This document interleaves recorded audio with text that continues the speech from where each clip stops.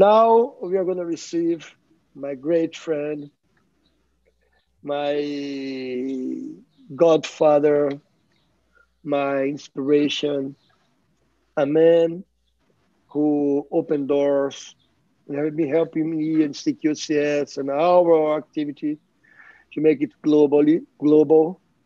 And please welcome Mr. Caribou Honig with his fedora hat. I think it's the fourth year we are together. So it's even COVID could not don't allow us to be together, Caribou. Welcome, my friend. Good afternoon, Gustavo. Now, first, you can hear me and see me okay. I want to make sure we got that all set, right? I think we are all set. Vitor, tudo certo aí? Sim. Yes, we are all set. We are perfect. Fantastic. Are you in Virginia? I'm in Virginia. I'm in my basement in Virginia. Thanks for having me here. Now, after that very nice little, intro you gave there, Gustavo, you promised you're not going to ask me any hard questions during the next half hour. So we'll see how that goes, and see whether you're actually going to be nice to me or not. You don't need hard questions because you got the worst issues and found a way to make it positive. That's what you've been teaching me, if you're patient, how you deal. And we're going to talk here a very little bit about COVID impacting ITC. And after that, we are really talking about future today in Brazil. We really combat COVID, but we're looking for improving our business, making money, helping people, providing more coverage. But how much for ITC get surprised with this pandemic? Well, of course we saw it coming, right? Just like everyone. Look, it's COVID is a very bad thing for many people and businesses, right? It is a bad thing if you are in the business of organizing a mass gathering, right? And that's especially true. I know that. And you want to be responsible about it. You want to be part of the solution, not create more of the problem. So look, we actually had the team had another event originally planned for, not related to InsurTech per se, more around HR and the future of work, back around March 23rd or so. And we were just sort of day by day, early March, staring at things and what are we going to do? What are we going to do? And really about 2 weeks before, right, just as things were ramping up for COVID badly in the US, right, we had to make the decision, right? And in a sense, every decision after that one ended up being easier and easier to make, right? Because once you make it's the old change management cycle. It's a very simple framework, but I love this one. I can't get away from it. When you find something bad news, someone tells you something you don't like, right? You start in the denial, right? This can't really be happening. You're not really saying what I think you're saying. Then you start to go into some degree of anger. I'm so mad this is happening. You can't be telling me this, right? Then maybe you start to go into negotiation. Well, what if I change this a little bit? Then would it be okay? Eventually, you move into a degree of acceptance. All right, yeah, this is really happening. This is a pandemic, and we really can't have people together in physical places for a while. And then you move into exploration, which is, all right, we not only have a business to run for ourselves, but we see ourselves playing a role at helping to move the industry forward. Like, that is one of the most satisfying things about what we've gotten to do with InsurTech Connect and the other events we do. And so you say, well, let's explore what can we do to make the best out of it for people, and what can we do, not cookie cutter, right? Let's not just take what you do in an in-person event and try to map it directly to this computer screen that we're looking at here. What possibilities does it actually open up, right? Because it's going to shut some doors, right? There's some things that between you and me, Gustavo, just you and me, isn't as good as in person, right? Sorry, but it's true. But are there other things we can I do? agree. I agree 100%. Yeah, I mean, the drinks at the bar tonight are just not going to taste as good, right? Served over Zoom. But look, it also means that some of the geographic barriers, right, actually do come down a little bit, right, in a sense. If you look at the speaker list for ITC, right, I think it's actually the best speaker list this year that we've ever had. And part of that, I think, is because some of them are coming from all around the globe, and they can do that. It's a little easier for them to do that because they don't have to necessarily get out of their basement. So, look, it's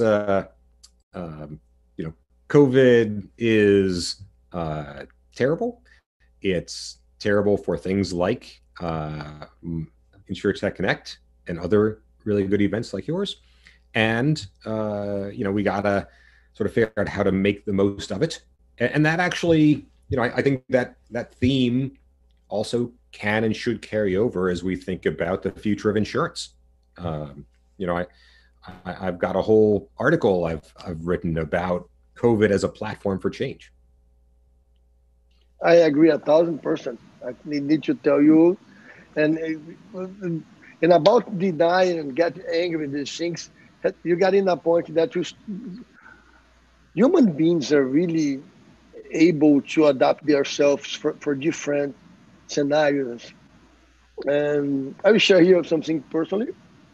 I have been living these days, and my son João, that he went to Rio to his grandma's house, and unfortunately he had contact with someone who tested positive for COVID. And we had a lot of plans for this week. My wife's mother would come with him, and we're going to Praia do Forte, who's near to here.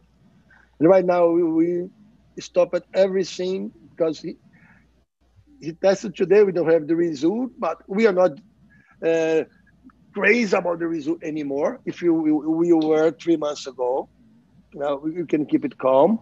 But we are sure that he cannot travel. Even if it doesn't test positive, he will need to stay more 14 days there. Yeah? And that's why society is changing about business. I need to tell you, our conference that you're going to be with us on November, thank you so much for confirming it. And we are really having a very good result on branding, attending, monetizing in a very new design. Carlos Maria's company made a joint venture with the company who used to make our physical event. And both knowledge create not a company, but an operation named CQ-CS event. So now we run our events and provide service for other people from the insurance industry. So the crisis becoming an opportunity. And I don't know, how do you feel about how you see it's going to be in the next year if we are able to do that physically? What are we going to do with all this digital knowledge we got during this crazy giant event today, digital? Yeah, Gustavo, I mentioned I've got another event associated with like future of work, and some of the venture capital work I'm doing these days is also, oriented towards a future of work kind of investment thesis. And I think it's very similar, right? Kind of analogy. We have started to figure out how to get a lot of work done, right, without going into the office every day. Now, that doesn't mean that we will never go into the office again. Right? And it doesn't mean that all work should be done from your basement. Right? But it does mean that we've learned some of it can be. And we've started to figure out which types and what tools we need. And to the extent we don't have those tools, people are building them.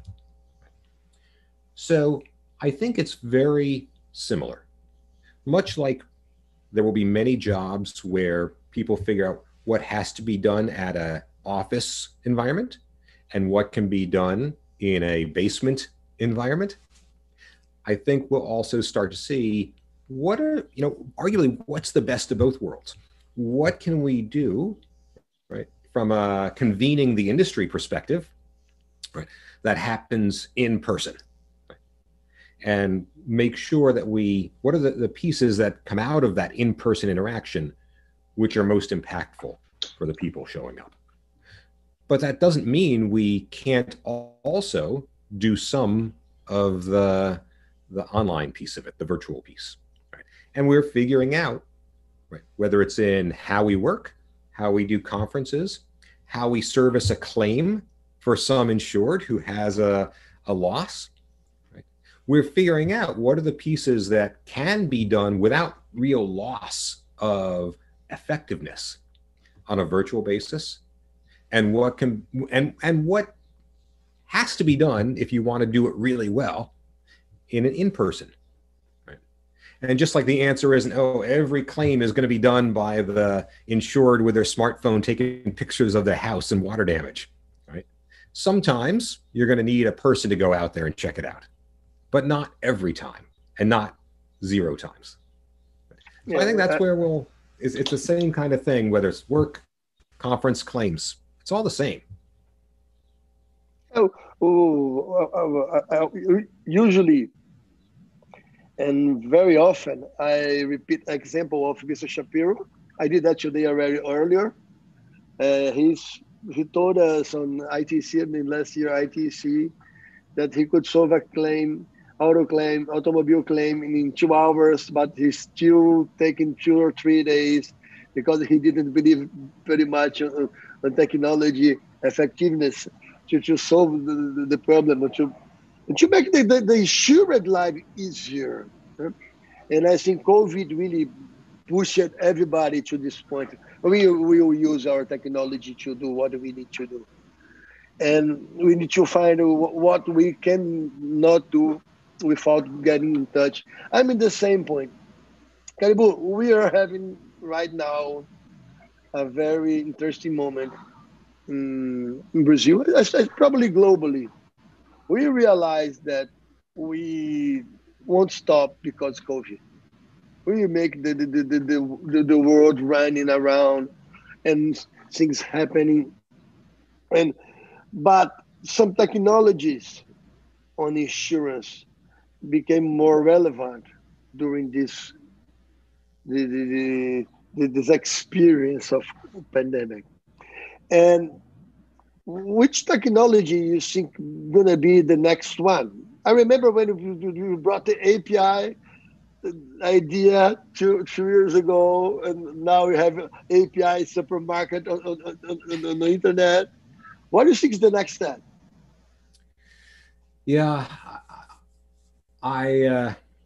that's a nice question.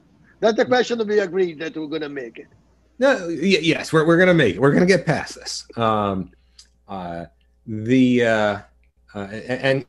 in the U.S. we have a little election to get through as well in about 2 weeks. So we're looking forward to getting past that. Look, I'll sort of. You said you weren't going to ask me any hard questions, Gustavo. Here, that's actually a real big hard question.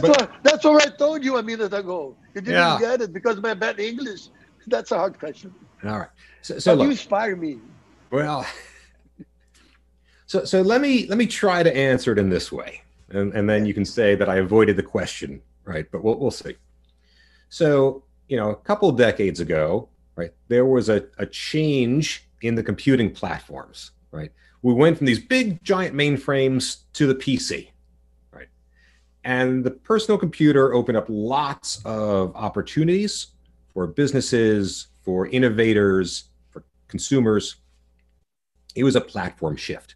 It threw some basic assumptions out the window. It was no longer valid when it came to computing, and made certain old solutions obsolete, and opened the doors for whole new platforms whole new applications to emerge.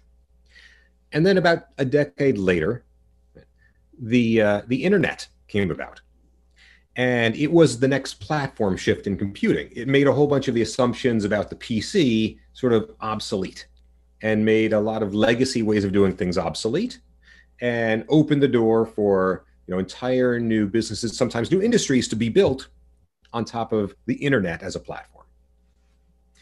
About a decade later, this little thing called the iPhone gets released, right? and launches the mobile computing platform. Same thing, makes a bunch of old assumptions about the world obsolete, makes some legacy business models obsolete, creates entirely new opportunities for businesses and industries to emerge.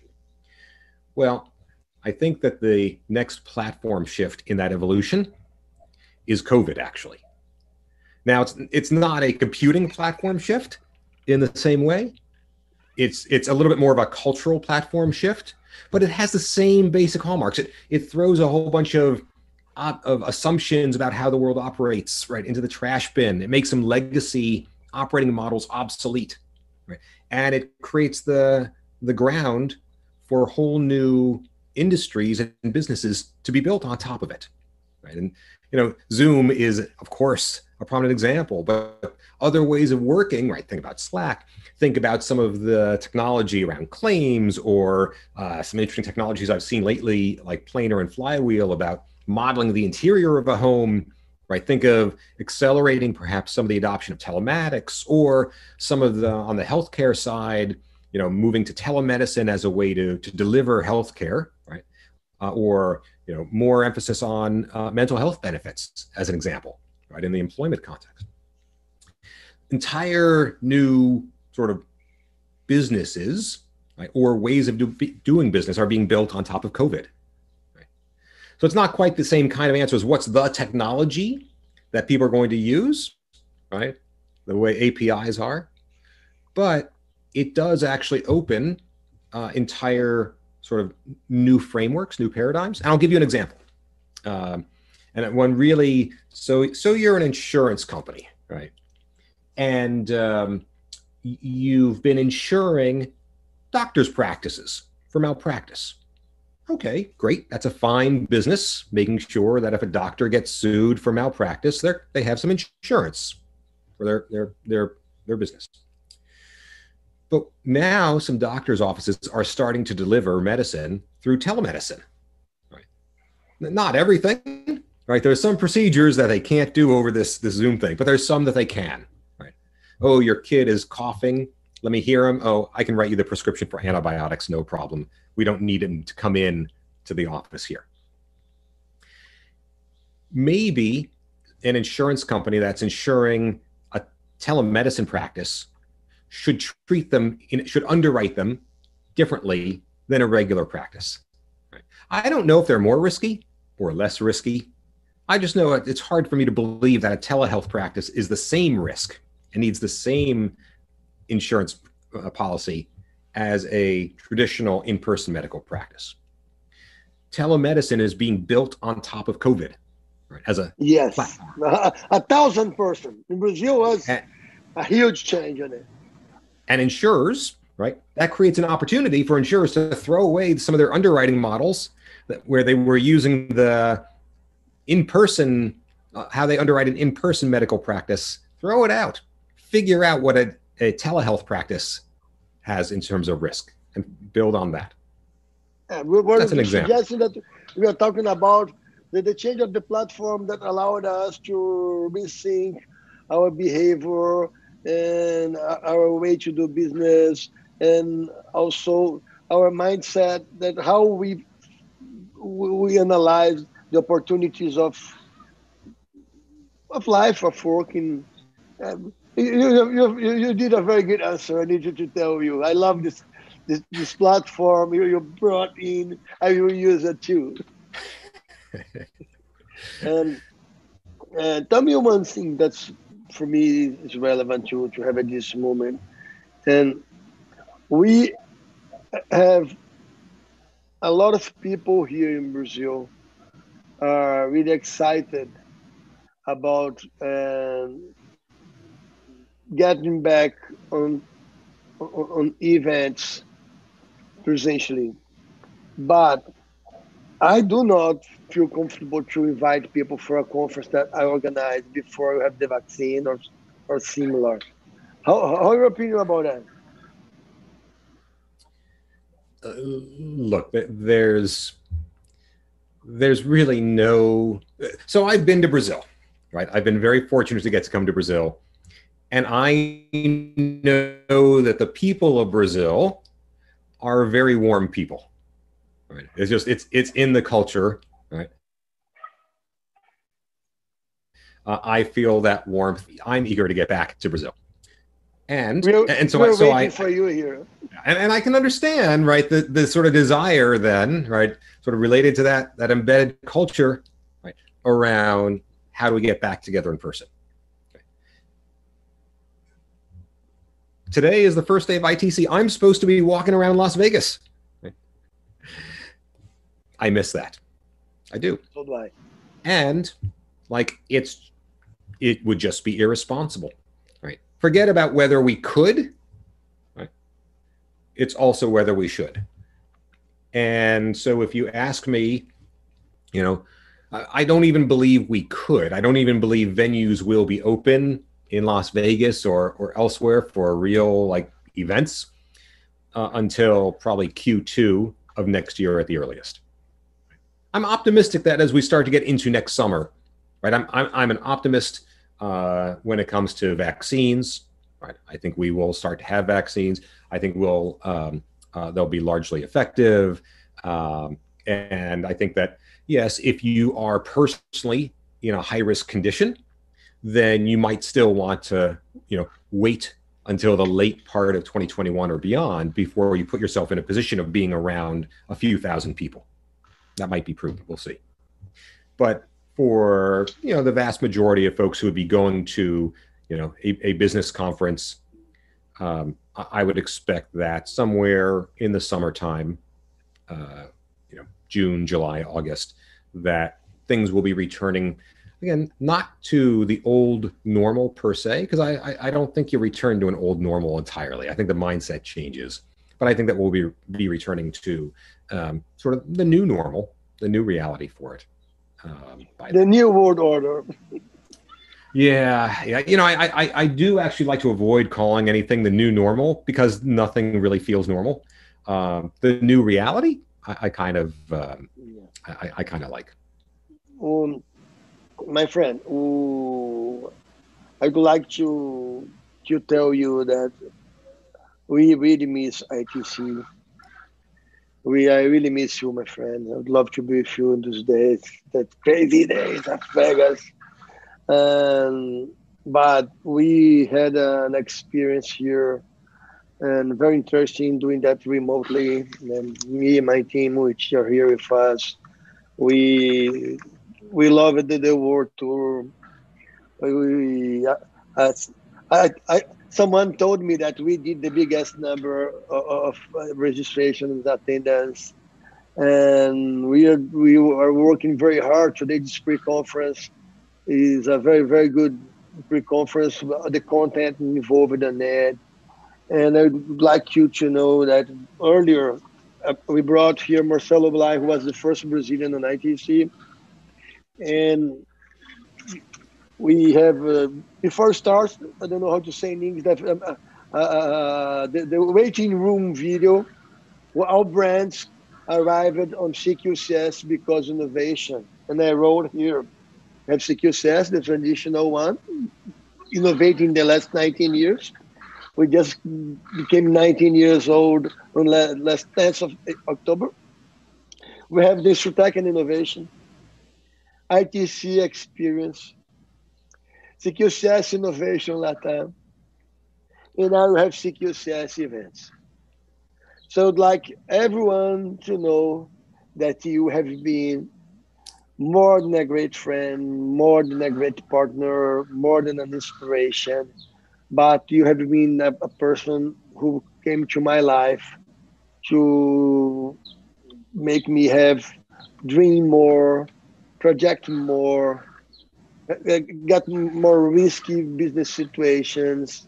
And I'm very happy that when COVID arrived, we are well structured to deal with it.